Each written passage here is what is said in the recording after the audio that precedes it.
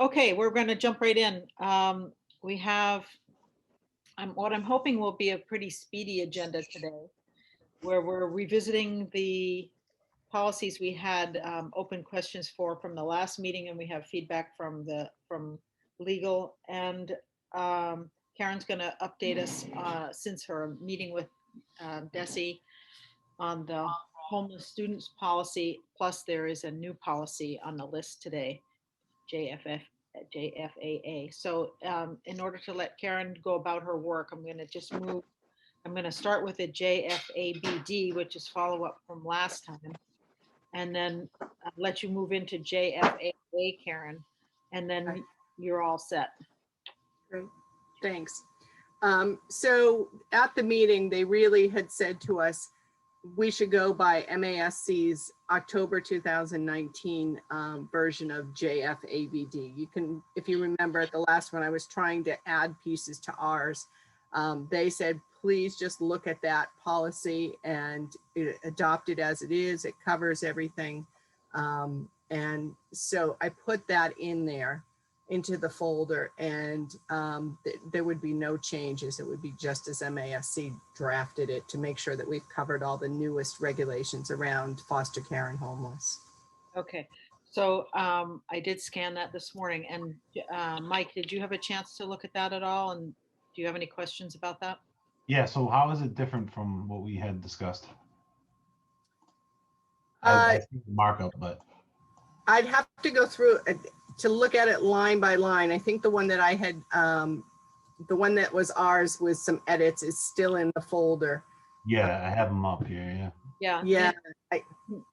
I mean, it looked to me on a scan, I didn't check everything line by line, but on the parts that I did check, the language was in here and actually was clearer in a couple places in the MASC policy than where you had been adding in language. So right. I think this one addresses, I believe it addresses everything that Karen was trying to address in the previous one, but with more attention to some of the fine language. Yeah, some of the little details. And there's nothing new or a change. There's no changes. Our policy actually talked about if we had an opening in preschool, we would offer it free of charge. And I think that was confusing for them, the wording. I don't think anything in this prevents us from doing that. It was just that if we had a homeless student, we happen to have an opening in preschool, which rarely happens, that we could offer it without charging the family. And I think that can be a procedural thing. It doesn't need to be really outlined probably in the policy. Was this the document that we were questioning about the cost of transportation, or was that the other document? I think it might have been homeless transportation is state and federal law. And so we had some, I think you had some questions about it, but it wasn't anything that we could really make changes around. Okay. And it does address transportation in here. In the bottom paragraph on the first page, they're entitled to transportation comparable to that provided for all other students attending school in district. District will transport students who are sheltered or temporarily residing within the district to the student's school of origin. For homeless students attending a school of origin located outside the district in which the school of origin is located will coordinate with the district in which the student is sheltered or temporarily residing, and these districts will divide the cost equally.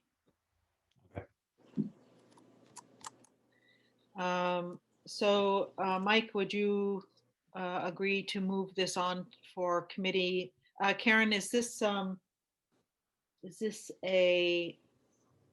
under urgent review, or can it go through? It is. The sooner the better. I'm not sure we can meet their time frame and their understanding of that, but if I can send it to them and say that you have moved this on to the school committee, at least that'll be helpful. But you want it to be approved, voted at this next meeting? If we can, yes. Okay.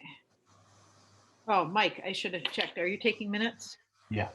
Okay, great. So you have that down that we are putting this, we will request of the chair that this policy be voted on at the February meeting. Yep. Okay.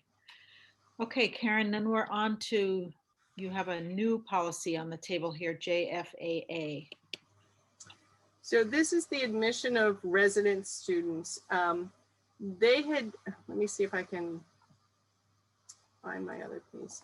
So in there, there's one that starts with FYI, and that is what we actually received from the state.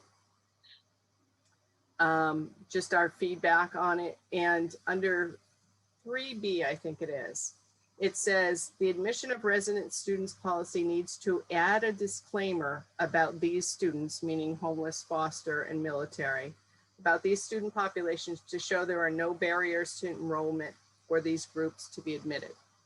Okay. What I added in that particular one is just a paragraph. I'm not even sure whether it needs to be this much information. There's separate policies that I'll address all of those, but they wanted it in this particular policy as well. Okay.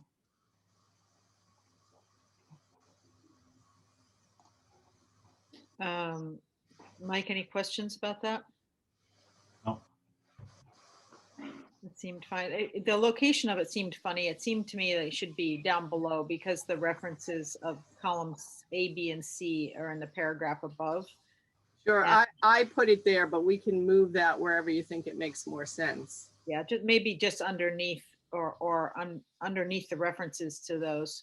If these document the policy, the I was paragraph. just moving it. I'm too aggressive here. There's a paragraph underneath if a student, wait a minute, I lost it. If these documents cannot be provided, so that still refers to that chart. So maybe that red text could go below that. After that paragraph? Yeah, just for clarity of reading. If that's totally editorial. What's But I that? think the content seems fine. That's great. Thank you. Okay. Okay, and is this another one that needs to go through quickly or is this? Yes. Okay, so Mike, we need to make a note for JFAA also that this be voted on by the board at the February meeting upon approval of the chair. And I'll write to Jim about that.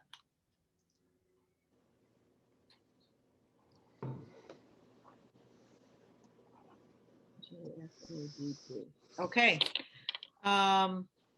We're good with those. Karen, you're all free. Wonderful. Thanks so much for your help.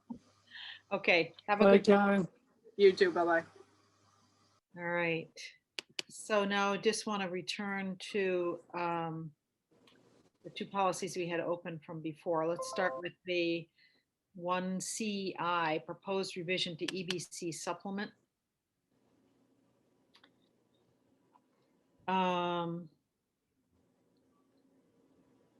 Now, this is just a extraction from the original document that I just pulled out the relevant language. Such suspension of policy shall expire upon the end of the emergency as declared by the governor. And we had talked about just saying a vote of the school committee. And then Jeff had raised the issue of not wanting to look like we're not complying with the governor's order. And so maybe there should still be something there about as declared by the governor. And so legal came back with I think pretty fuzzy language. He says, how about this for a compromise? Such suspension of this policy shall expire upon the end of the emergency as declared by the governor and or upon a vote of the committee. Which really doesn't involve anything as far as I'm concerned, because that still says that potentially the committee could vote on the recommendation of the superintendent to end this policy before the governor's declared the end of the emergency. Yeah, seems pretty clear to me. So it could still just go either way. So Jeff, I'm wondering how you feel about that. Well, it doesn't really matter to me. I mean, it would be, it's up to the it's up to the committee. I'm just reading it right now on my phone. It says such suspension of this policy shall expire upon the end of the emergency as declared by the governor and or upon a vote of the Yeah, well, that's really, um, that's really saying just what Mike had suggested last meeting, that it could just be a school committee vote. But right. would the school committee have to vote to first, does the and or mean that there also has to be a vote before that we're gonna not wait to the suspension of the, I don't think there's any, is that what the and or means? I'm not sure how it's read. What it means, what it reads is, you can end the policy by, the governor ending the emergency doesn't automatically suspend the policy. With the governor ending the emergency, you also need a vote of the committee. Or if the committee feels like they need to for some reason, because the governor is not paying close attention to the local community, the committee can vote on their own. That's what it sounds like to me. prior to the governor declaring the Right. end of emergency. Yep. It gives us flexibility, and it also, I guess, it gives the governor in there to make him happy. It kind of gives a nod to the governor basically, but it doesn't adhere to doesn't bind the committee to adhere to the governor's emergency orders. Right. Yeah. I mean, it's up to the committee. I mean, if something like this came to the superintendent, I wouldn't go against the governor's order, but the Right. committee might feel like, a whole bunch of things. Maybe they feel what the governor's saying is not constitutional in the first place, so they don't need to deal with it. I've heard a lot of different comments about it. I mean, I wouldn't do it as if it came to a superintendent, only because I know when I had this discussion with Russ before, he said it's not a good idea, but maybe for a school committee body, maybe that's a different story. Yeah. But my I assumption would think Russ would say, if he didn't think it was, like for me, he definitely said I wouldn't do that. So in your case, he didn't. He added some flexibility in there. I guess I'm thinking that if such a vote came before the committee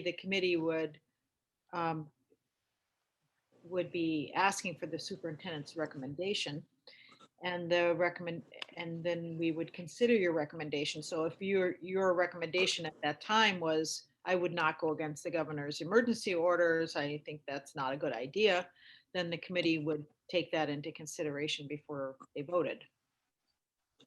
Yeah, and so- I think, when I talked to Russ, go ahead. No, go ahead. I might have a delay here. I'm sorry, because Oh. I'm on the iPad. But I think when Russ said it to me, it was just one superintendent, and he didn't Right. want me to act unilaterally. And so one of the Right. suggestions he gave me was to contact other superintendents. So maybe in this case, what he's saying is you got a body of 6, and if 1 or 2 people wanted to do it, it really comes down to a vote anyway, because you could vote to do it or not to do it. So. Right. I mean, I'm okay with it. Okay.